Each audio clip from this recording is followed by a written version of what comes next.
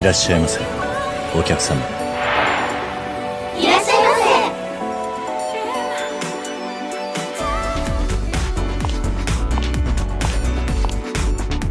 あいかです。よろしくね。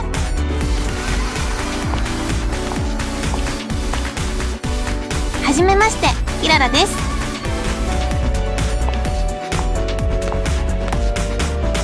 はじめまして、ショウコです。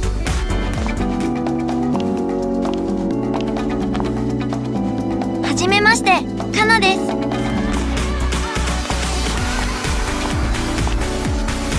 はじめまして、ヨアです。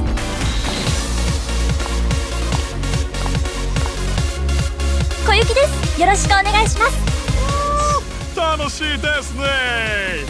フォーシャイン最高。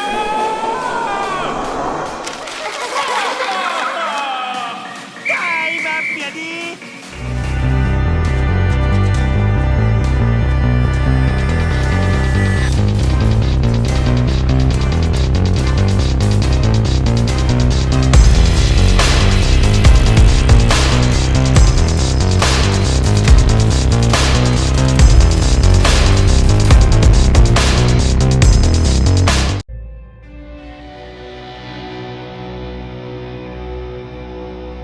What's up, everyone? I am the Kaiju Kiwami, and today I'm going to be taking a look at Yakuza Kiwami 2. Like with Yakuza Kiwami 2 is a remake of the PlayStation sequel that was set a year after the events of the first game. This time around, Kiryu is trying to enjoy a life of peace when he is pulled back into an intricate tale of mystery and betrayal after the head of the Tojo clan is assassinated. This leads him on a winding road full of plot twists you never saw coming while elevating the tale to new heights compared to its predecessor. Not much has changed in the city of Kamurocho compared to the last game, though this time around, a portion of the story is centered around Osaka's Sotenbori district that was heavily featured in Yakuza 0. Getting to return to Sotenbori in a modern day setting was a real treat compared to its 80s equivalent.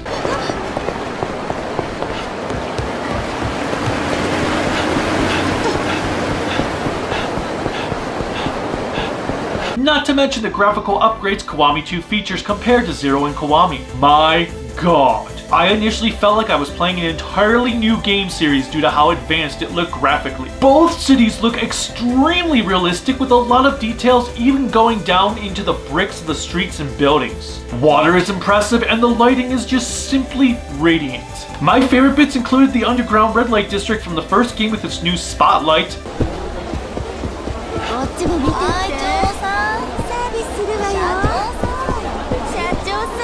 And the crab restaurant in Sotenbori.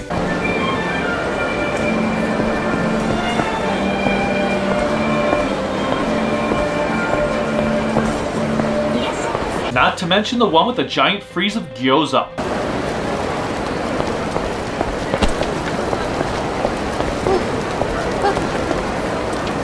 God damn it, now I want some gyoza. Another upgrade is the seamless transition between entering and exiting buildings. In the previous two installments, you would have to hit a button and wait for a load screen before you would find yourself inside or outside of a building. Here, the doors open up and you can just waltz right in without any wait time. いらっしゃいませ。 While this was a cool feature, I was surprised when I found myself kicking an enemy into a store window, the window shattering, and then continuing our little escapade inside of said store or restaurant.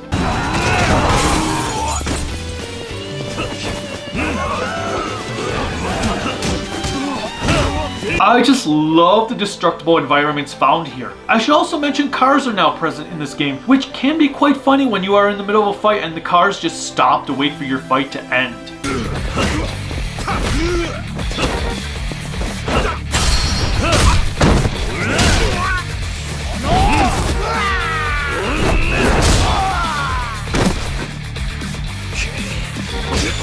One final addition is you can now buy drinks from vending machines.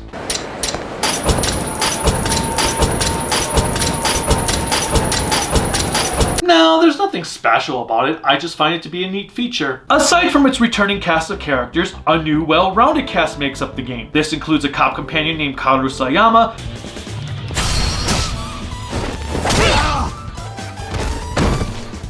and the villainous badass Ryuji Goda. いや。まあ、飲めや。はい。いただきます。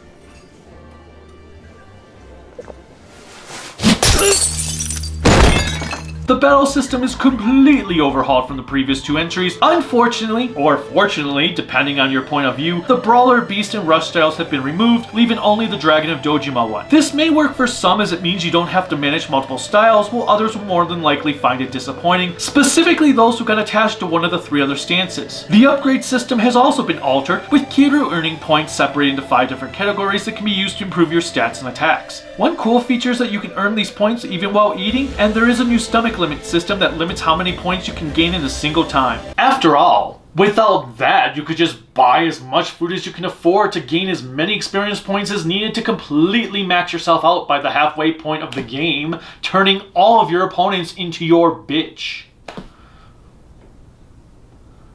Okay, maybe that's kind of what I did after I learned about the medicine that could clear your appetite. I am not sorry.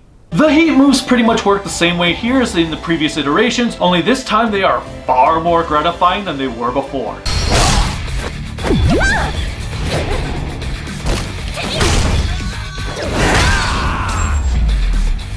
If you recall, I talked about Kiryu matchmaking a person's head with a car door, but this time, some feel like they would be more akin to being a fatality in Mortal Kombat.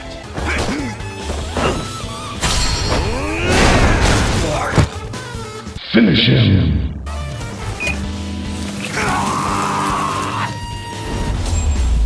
Fatality. Hot damn! The best of them all is this one.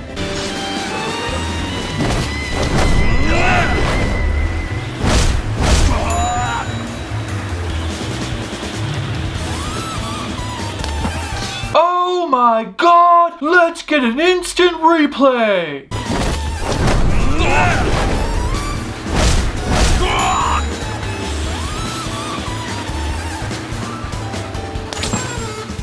There's also event-specific heat moves that only occur if you helped a certain person's sub-story and are within their vicinity to initiate their attack. Some of them are funny.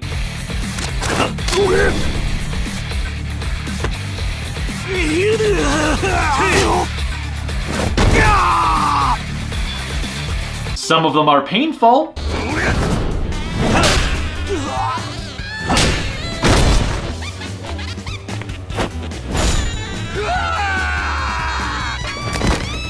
While others can be outright disgusting.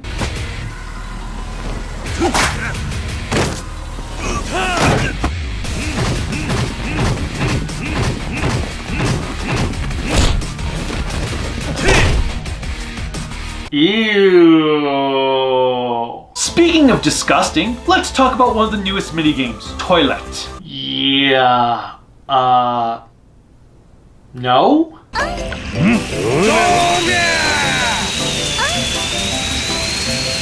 I've got nothing. Just no. You can play Virtual Fire 2, which is a lot more sluggish than I remember.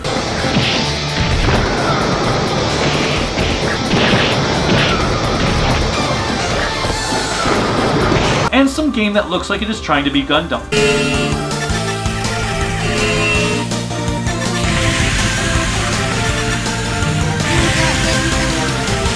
Most of the remaining games are pretty much carried over from its predecessor, though the gameplay has been altered, and not for the better in the case of darts, which is a nightmare.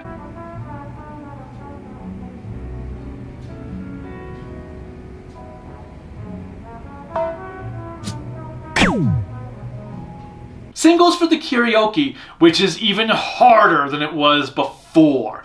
Like, are you freaking kidding me here?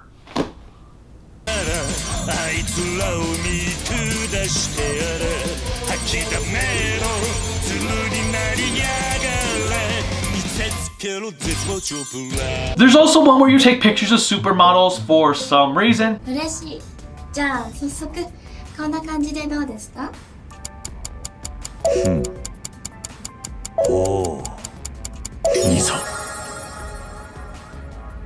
And golf.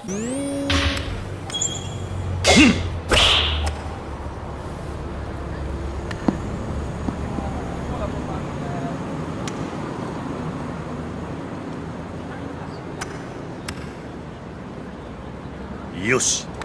There is a lot of variety in the side quests, some of which can be quite fun initially, like playing a bunch of bouncer missions where you are just beating the crap out of people on a set path to helping out a wide array of residents around the city. I had a blast with one mission that revolved around another ghost girl in a videotape.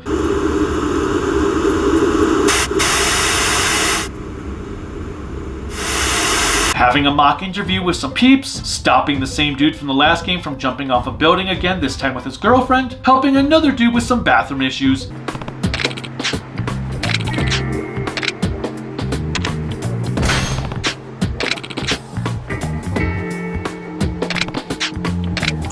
and giving advice to a movie director who made a poorly received sequel to a well-regarded Yakuza film to make the fourth film. While these are all fun, the highlight missions go to an estranged trio that tends to feature Kiryu in some sort of studio. The first has him doing some very erotic posing.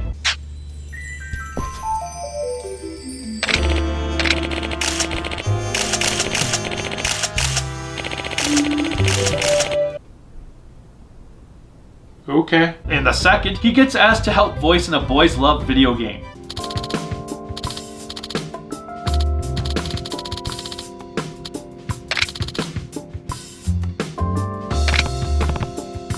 My reaction is pretty much the same as Kiryu's in this case. The final mission, which is the best sub-story in the game, is about...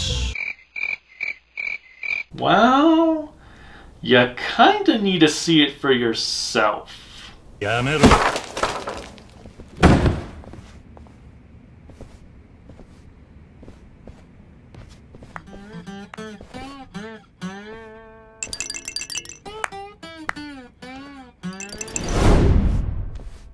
どや、楽しんどるか。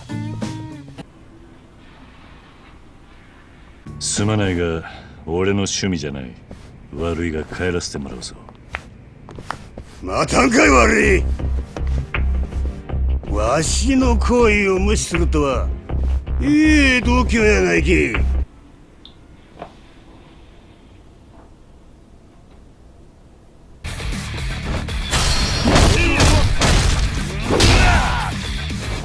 まだまだ。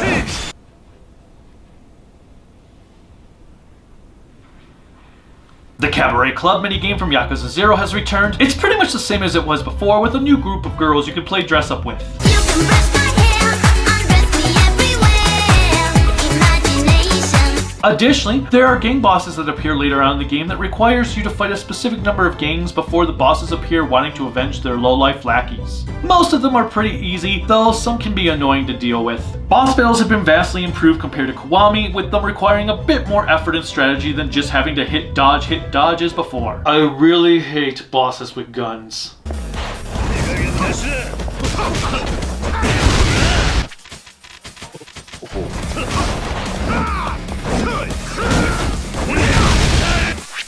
It also helps that there's an extension to the heat moves known as Extreme Heat that helps quicken the pace of boss fights thanks to their bone-crunching attacks that can destroy an enemy in mere seconds.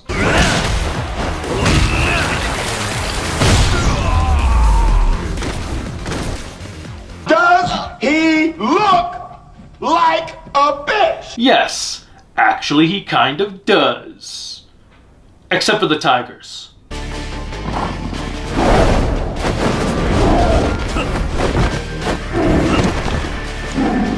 Yeah, not the tigers. Two final add-ons to the game that were not present in the original version of Yakuza 2 include a tactical RPG type game known as Majima Construction and a Majima side story that takes place a few months after the events of Kiwami.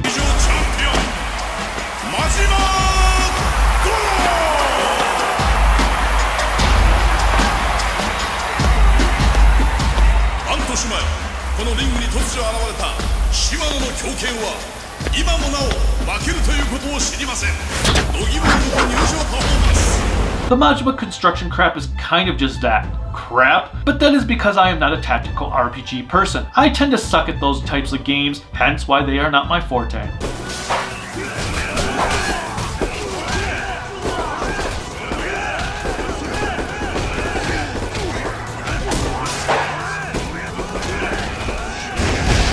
Happily, thanks to the help of an online guide, I was able to acquire a solid team that made the tedium easy to progress through, as I only lost a member of my team once. And that was mostly due to my own inability to keep an eye on every one of my character's health bars. The gameplay's not difficult, at least for the main story missions, so it wasn't as bad as I was anticipating.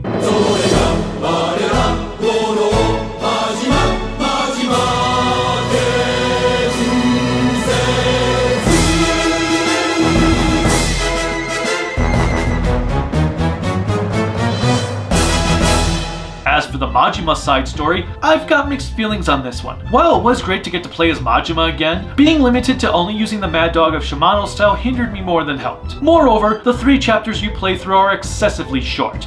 I beat the whole thing in just under 2 hours, with the vast majority of that time being taken up by cutscenes. Majima has no progression system, so he never levels up, which renders the point of fighting moot. Thus, I often found myself trying to avoid as many confrontations as possible. The game is padded by having the street bosses return for Majima to fight, and the only reward for beating them is getting a silver plate you can sell for money. The thing is, the only thing you need money for is to buy health supplies. So if you manage to accumulate enough stamina and royals for boss fights, you won't need much in the way of funding. There are some nice callbacks to Yakuza 0, which is the highlight of Majima's less than stellar adventure. Even the final boss fight left me feeling underwhelmed, and I was totally taken by surprise when the first chapter ended, as I felt like I had just started to play the game when it concluded. And let's not forget about another epic soundtrack. 長くこの商売やっててよかったぜ。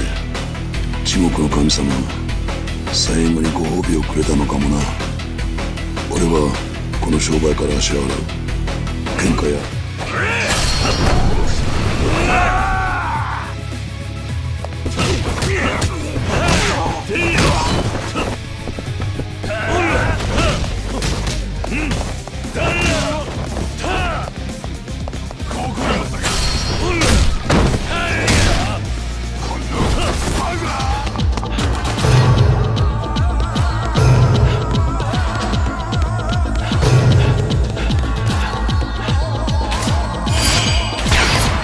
Yakuza Kiwami 2 might be my favorite of the 3 Yakuza games I have completed thus far.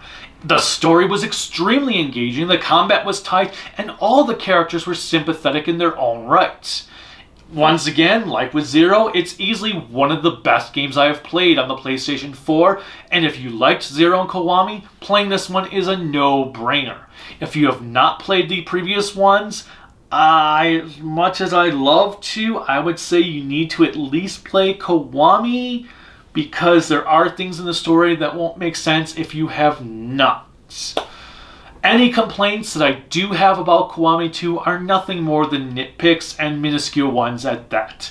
Definitely play this after you've played the others. I can't wait to see what Yakuza 3 brings to the table, even though it's just a remaster and not a remake. Until next time, bye.